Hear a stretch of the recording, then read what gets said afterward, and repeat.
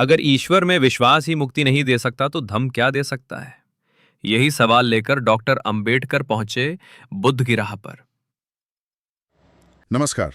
आज हम एक खास पड़ताल कर रहे हैं नमस्कार। और इसके लिए हमारे पास है डॉक्टर बी.आर. अम्बेडकर की किताब बुद्ध और उनका धम्म, उसके कुछ हिस्से।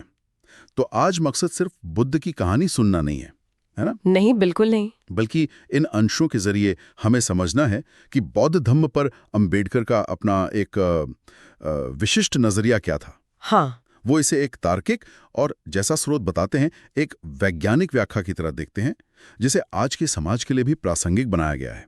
तो चलिए देखते हैं कि अंबेडकर किस तरह बुद्ध के विचारों को, मतलब पाली ग्रंथों और ऐतिहासिक तथ्यों के आधार पर एक नई रोशनी में पेश करते हैं। हाँ, और देखिए, अंबेडकर का नजरिया सिर्फ ऐसा नहीं कि बस लिस्ट बना दियो घटनाओं की। वो बुद्ध के जीवन को जन्म से लेकर ज्ञान प्राप्ति और फिर महापरिनिर्वाण तक उसे कारण और प्रभाव की कसौटी पर कसते हैं। अच्छा, वो चमत्कारों या कोई अलौकिक घटनाओं के बजाय बुद्ध के जो मानवीय संघर्ष थे, उनकी जो तार्किक सोच थी, उस पर जोर देते हैं। सही। शायद इसी तर्कसंगत और अनुभव पर आधारित गैर अलौकिक नजरिए को स्रोत वैज्ञानिक कह रहे हैं। ये वाकई एक अहम फर्क है, और यहीं से बात और दिलचस्प हो जाती है। अंबेडकर धम्म को, मतलब जीवन जीने का एक नैतिक और सामाजिक रास्ता, उसे पारंपरिक धार्मिक रीति रिवाजों से बिल्कुल अलग करके देखते हैं। बिल्कुल सही। उनके मुताबिक बुद्ध का सिखाया धम्म वो कर्मकांड नहीं था, बल्कि कुछ बुनियादी मानवीय मूल्यों पर टिका था।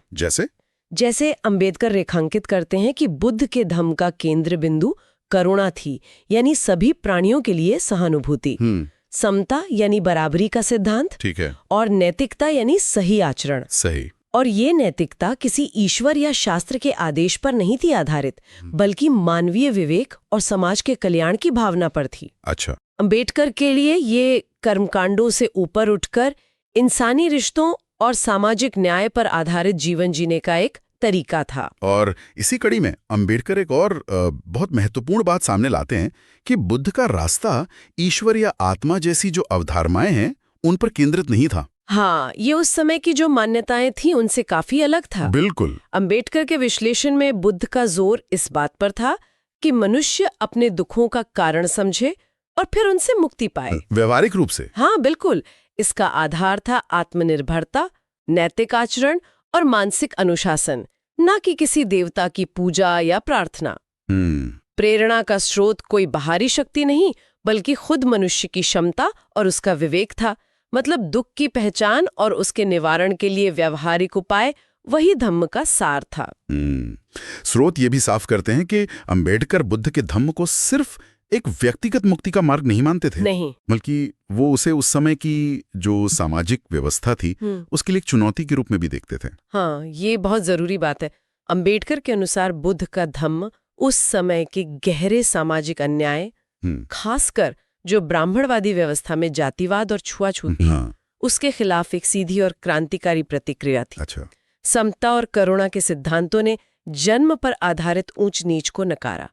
इससे ये शोषित और वंचित समुदायों के लिए एक शक्तिशाली विकल्प बन गया। सही बात। अंबेडकर इसे सामाजिक समानता की लड़ाई में एक ऐतिहासिक मील का पत्थर मानते थे। तो ये सिर्फ दर्शन या सिद्धांत ही नहीं था, है ना, इसका एक व्यवहारिक पक्ष भी था। हाँ, जैसे संघ के नियम वगैरह में दिखता है। बिल्कुल। अंबेडकर इस बात पर भी रोशनी डालते हैं कि बुद्ध ने सिर्फ विचार ही नहीं दिए, बल्कि उन विचारों को जीने और फैलाने के लिए एक संगठित संरचना, संघ भी बनाई। पुस्तक के अंश बताते हैं कि संघ के भिक्षुओं के लिए कड़े अनुशासन थे, ध्यान की पद्धतियां थीं और उनकी सामाजिक जिम्मेदारियां भी तय थीं। अच्छा। तो ये सिर्फ व्यक्तिगत साधना नहीं थी, संघ का उद्देश्य धम्म का प्रचार करना और लोगों का कल्याण करना भी था।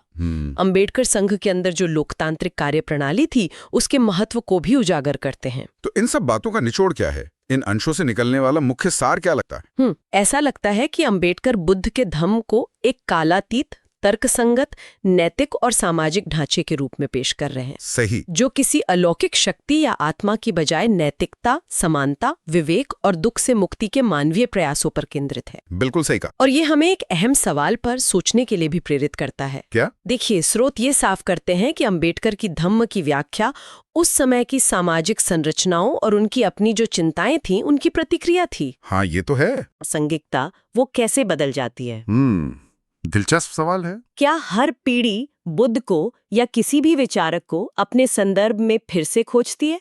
इस पर जरूर सोचा जा सकता है। अगर आपको ये बुक समरी पसंद आई हो तो वीडियो को लाइक करें, चैनल को सब्सक्राइब करें और अपने दोस्तों के साथ शेयर करें।